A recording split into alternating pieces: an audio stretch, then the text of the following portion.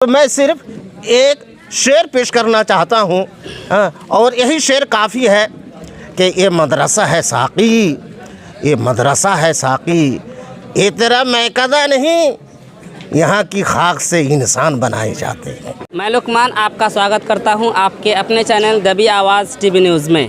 आज मैं एक मदरसे में आया हूँ जो एक मदरसा है, यहाँ पे जामिया अरबिया दारुल उलूम असलफ़िया एक मदरसा है जो कि इस्लामिक मदरसा है। यहाँ पे आज मैं ये चीज़ आप तक पहुँचाने आया हूँ कि जिस मदरसे के बारे में तरह तरह की बातें बनाई जाती है, कराई जाती है, सोशल मीडिया में वायरल भी कराया जाता है कि मदरसे के बच्चे दहशतगर्द होते हैं, यहाँ पे दहशतगर्दी की ट्रेनिंग दी जाती है। ये एक्चुअल में होता क्या है, आज हम मदरसे आए हुए हैं, यहाँ पे हम देखेंगे और मदरसे में किस चीज़ की शिक्षा दी जाती है, किस चीज़ की तालीम दी जाती है, ये सब आज हम इनसे पूछेंगे। और मदरसे को लेकर इनका क्या फ्यूचर प्लान है और क्या इनको ये मदरसे से समाज को क्या दे रहे हैं, ये सारी चीज़ आज हम इनसे जानने की कोशिश करेंगे। तो हमारे साथ उपस्थित हैं इस मदरसे के प्रिंसिपल साहब, हम इनसे बातचीत करेंगे। शेख, आपका तारुफ मुख्तसर।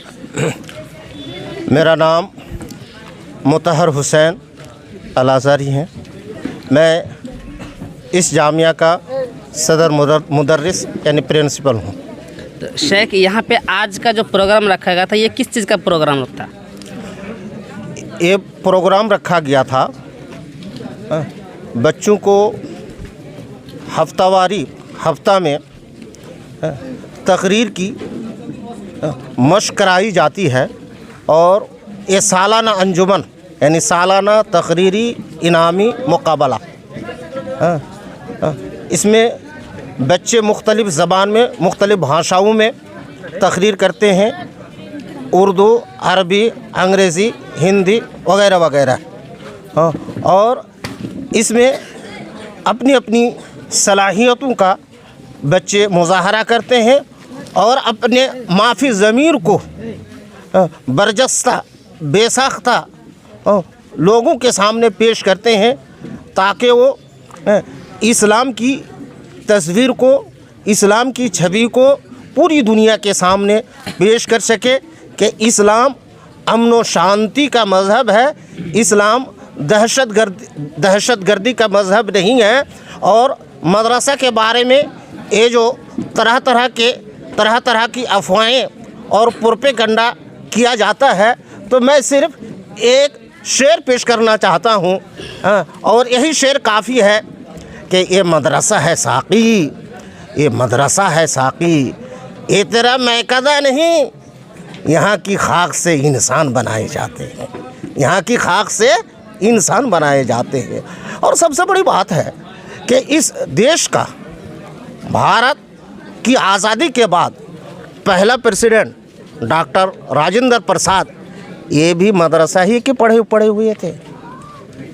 तो ये जो मदरसा को आजकल दहशतगर्दी के अड्डे वगैरह वगैरह अलक़ाब से नवाजा जाता है, तो ये एक साजिश है मुसलमानों के ख़िलाफ़। क्या ये एहसास नहीं है कि मदरसे में कट्टरपंथी का बीज बोया जाता है? जी नहीं। आज अगर आप अंग्रेज़ी तकरीर सुने होंगे तो उसमें ये वो अंग्रेज़ी तकरीर का टॉपिक ही था कि इस्लाम में इंसानियत का एहतराम क्या है, कि इंसानियत बिला ज़ात, धर्म, मसलक सब के साथ अच्छा बर्ताव करना चाहिए, अच्छा व्यवहार करना चाहिए। और कुरान की तालीम है वक़ूलू लिन्नासि हुस्ना, तमाम लोगों के साथ अच्छा सलूक करो, अच्छा बर्ताव करो। ये नहीं कहा गया है कि मुसलमानों के साथ या हिंदू के साथ या यहूदी के साथ या नसारा के साथ, जो भी इंसान हो सब के साथ अच्छे अखलाक से पेश आना है। ये इस्लाम की तालीम है। इस्लाम की तालीम में आपने कहा कि यहाँ के बच्चे जो हैं ये इस्लाम की तस्वीर दुनिया को बताते हैं, इस्लाम की तस्वीर क्या है। तो यहाँ पे तो हम देखते हैं कि जिस तरह से मोदी जी ने कहा था, क्या वो बात अप्लाई हो रही है? मोदी जी ने कहा था कि हमारे मदरसे के बच्चे, यानी हिंदुस्तान की जो मदरसे हैं, मदरसे के बच्चे में ऐसा हुनर होना चाहिए कि एक हाथ में कुरान हो, दूसरे हाथ में कंप्यूटर हो। क्या ये चीज़ अप्लाई होती है मदरसे में? देखिए, किसी जहाँ तक वसाइल हो तो वसाइल के मुताबिक, जैसे पहले कहा जाता था कि मदरसा जो है क़दामत पसंद है, कि ये पुरानी चीज़ों को लेके चलता है।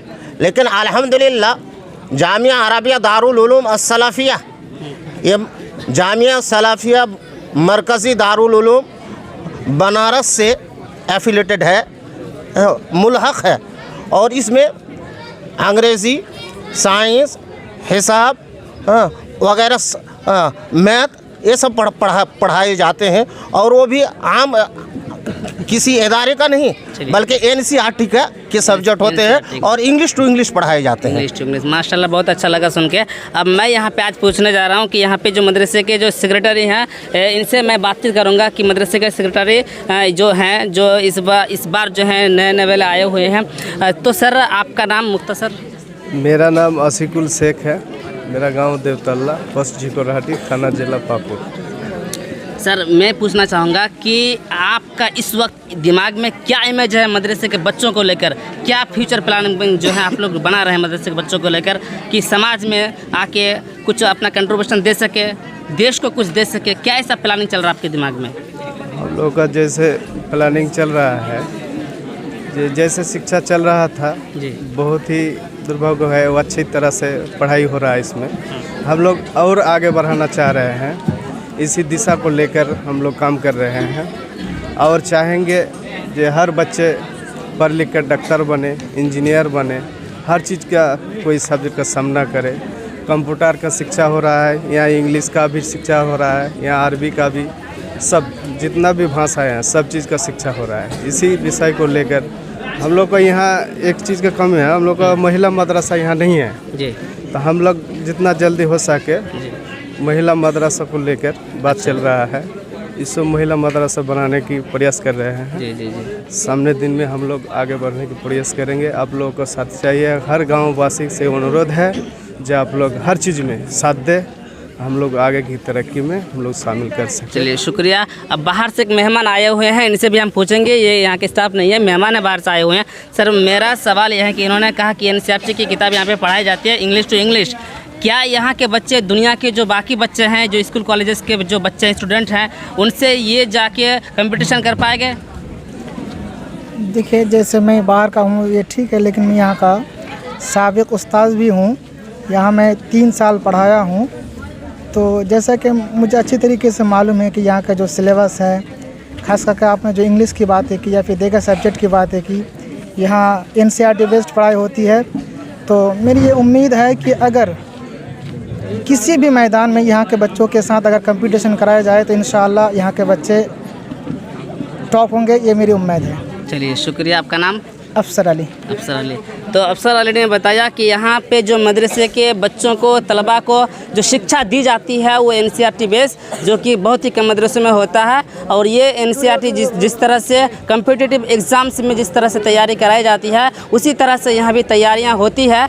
तो एक खुशखबरी की बात है कि यहाँ पे हमारे मदरसे में जो समाज में जो इस मदरसे में जो इस हमेशा ये इमेज बना हुआ रहता है कि मदरसे में इस सिर्फ़ और सिर्फ ओनली वन इस्लामिक चीज़ों पे फोकस किया जाता है। लेकिन ये चीज़ जो है यहाँ पे गलत साबित हो रही है, क्योंकि ना सिर्फ इस्लामिक सब्जेक्ट्स बल्कि जो जनरल सब्जेक्ट्स होते हैं वो सब भी यहाँ तक कि कम्पिटिटिव एग्ज़ाम्स के लिए भी तैयार किए जाते हैं। यहाँ पे एक युवा है, इनसे भी हम पूछ लेते हैं। आपका नाम?